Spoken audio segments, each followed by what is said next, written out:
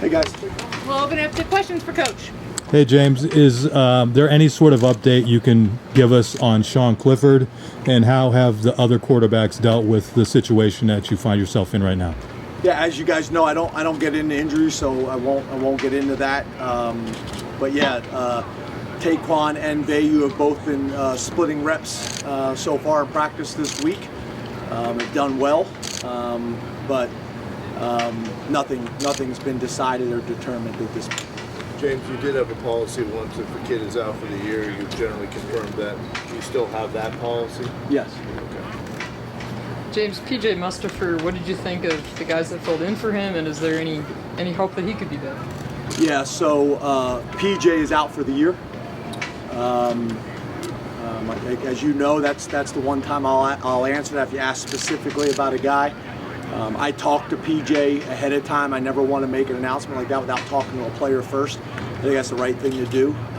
But PJ will be out for the year, for the season.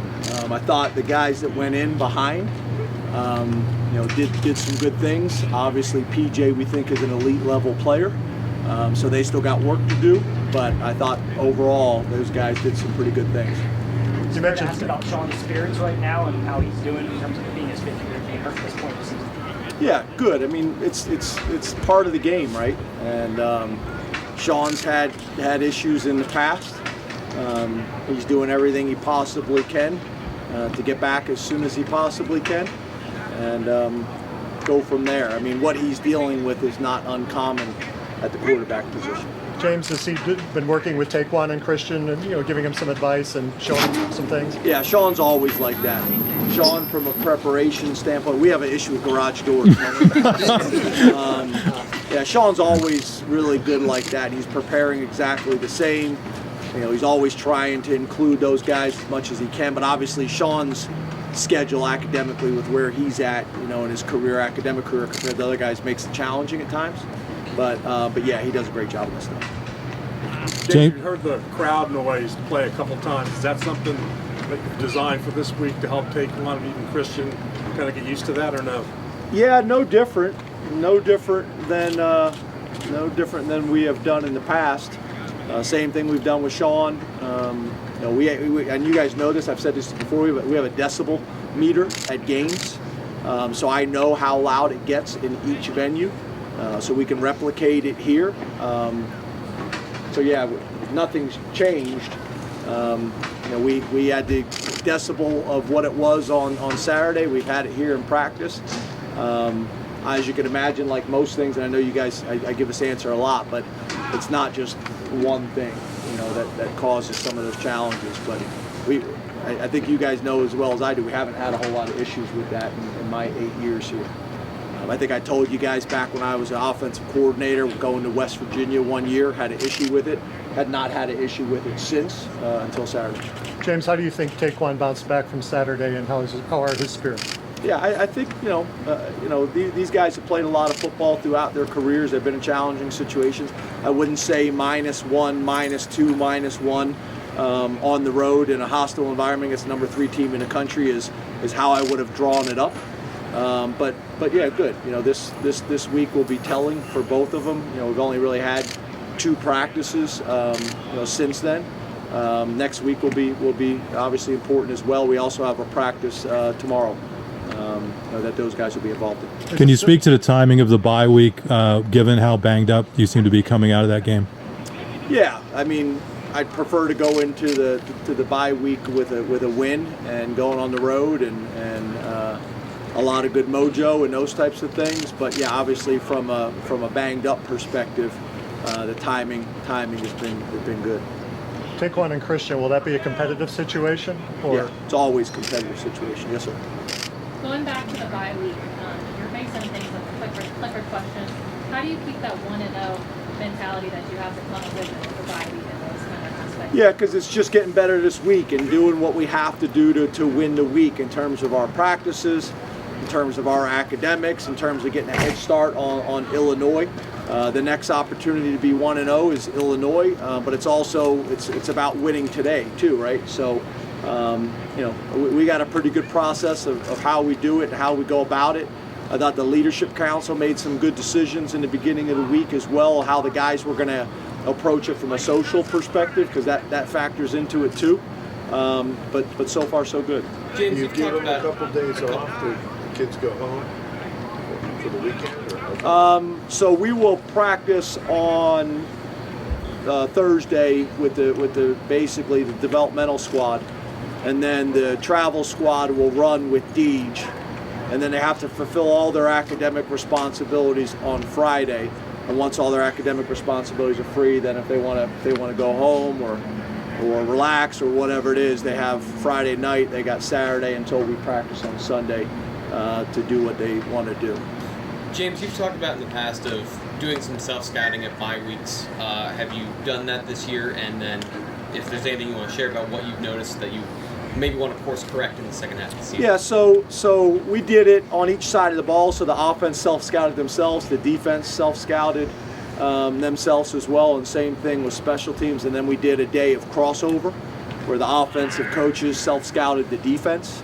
Or opponent scout, however you want to look at it, and the defense did that with the offense as well, because it's always interesting how the defense looks at offense compares to how offense looks at themselves.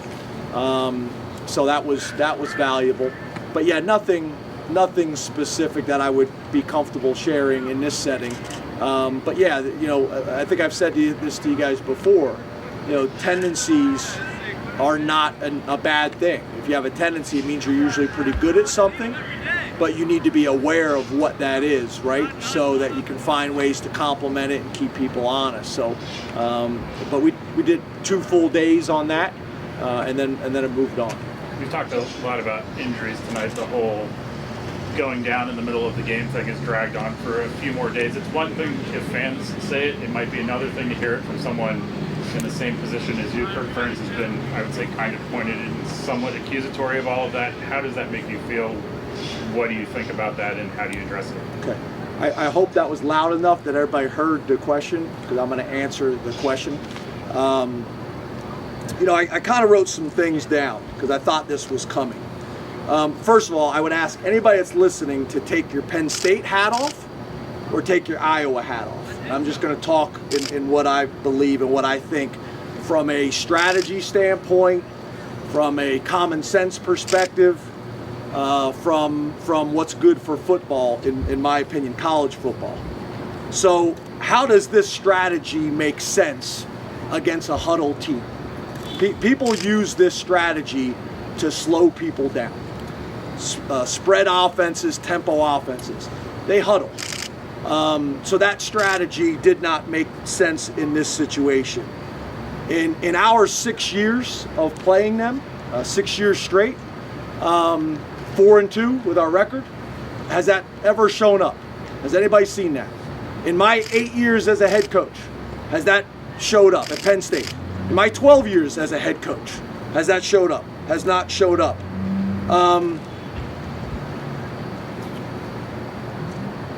Plus our defense is playing lights out. Our defense is playing great. Our defense is playing lights out. We turned the ball over to start the game inside the 5-yard line, held no field goal. So again, go back and check it. And again, I'm not talking. I got tremendous respect for the University of Iowa. I got tremendous respect for their fans. It was a hell of a game in a tough environment. I'm not making excuses. I'm just stating how I see the facts. Take your fan hats off. I want the Penn State fans to take their hats off. Now let's talk about injuries. Okay, now hold on a second. Before that, now put yourself in the shoes of a parent. Your son is down on the field for an injury, and the stadium is booing them. We didn't just boo that. We booed balls falling off tees by the wind. I don't know who we were booing for that. We weren't gaining an advantage of that. But your son's down on the field with an injury, and I just told you PJ Mustipher is done for the year, and we're booing. Is that good for college football? Is that good for college football? Now, again, from a strategy standpoint, would it be strategic for us to tell PJ Mustipher to go down and fake an injury? One of our best players? one of our starters, one of our captains. Does that make sense? If you're going to do it, you wouldn't do it with your starter, your captain. All right, let's talk about his backup, Devon Elise, who also got booed. So would it make sense for the backup D tackle, we've already lost our starter, to send him out of the game for a play? I don't think so. AK, maybe our best defensive player. And his probably looked the worst. He went down. Maybe it's because he plays so hard and he was cramping. But am I going to tell AK to go down and not play a play on defense? Does that make any sense? Brisker, he went down twice against Wisconsin. They didn't boo him. Sean Clifford, did we want him to go down and not return in the game? Devin Ford, our starting tailback in the game, went down and did not return in the game. Did we want that to happen? Lovett went down, did not return in the game. Sutherland, our captain, went down and did not return in the game. So it was a physical game. Was there a bunch of injuries? I get it. And how it may have looked, I get it. I'm telling you, we don't coach it. We don't teach it. And made it look that way because there was a bunch of injuries in the game. I get it. There was a bunch of injuries in the game. But 70% of those guys never returned. So all I'm saying is I don't think this is right for college football. If a player goes down and it's my son and the stadium's booing him, it's no different than a player go down to practice. One of the things I tell the coaches all the time, a player goes down to practice, what do coaches used to say for 100 years? Get up, you're fine. Well, what if he's not? So I wasn't attacking the University of Iowa. I'm trying to protect college football. And I don't think that's the right thing for our game.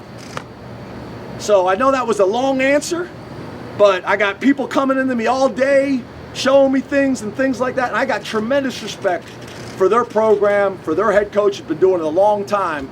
But I felt like after the game I had to say something because when I got my starting D tackle, PJ Mustipher, down on the field and he can't play for the rest of the season, he's my captain, and they're booing him, I don't think anybody would feel good about that. And we had a number of guys go out of the game and never came back. So that was a long answer.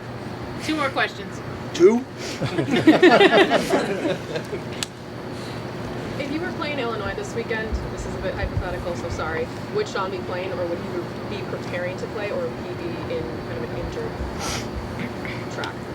What was the last one? Or would he be fully preparing to play right now, or would he be preparing as like a backup or to be on the bench? Yeah, 2 things. He's going to be preparing to be the starter. And number 2, it's a good way to ask me if he is healthy or not. And I'm not answering that question because I do not get into specifics when it comes to injuries. It's a strategic, intelligent way of asking the question, but I'm not answering it. Sean's going to prepare to be the starter every single week. James, what is your game plan for you and the staff the rest of this week outside of the coaching stuff for the team that you told us about and then recruiting-wise as well? Yeah, so the coaches, we're all on the road recruiting. Hopefully this won't be a long answer because I got a flight to catch where I'm going to be in about 6 different states in 3 days. I got to prepare for 90-degree weather, 50-degree weather, 60-degree weather. I got it all mapped out. Try to be as efficient as we possibly can as a staff, get as much work done as we possibly can. Most of the Illinois stuff is done at this stage. Most of us will get back on Saturday. One of the things that is really cool is, you guys probably know this, but Coach Poindexter is being inducted in the College Football Hall of Fame, and he's being honored at the University of Virginia this week. We actually worked with their athletic director about doing it this bye week, which matched up with a home game for them, so he'll be honored on Saturday. But the rest of us will all be out recruiting, and he'll be out recruiting up till that point. And then we'll get back here sometime Saturday evening and then get ready for our normal operation on Sunday for our Illinois week. And then on top of that, obviously we gain a little time on Sunday because we do not have to do the corrections from the previous game in meetings or on the field, so we'll gain a little bit of time on our preparation. Thanks, Coach. Awesome. Thanks, guys. I hope that wasn't too long-winded. I apologize.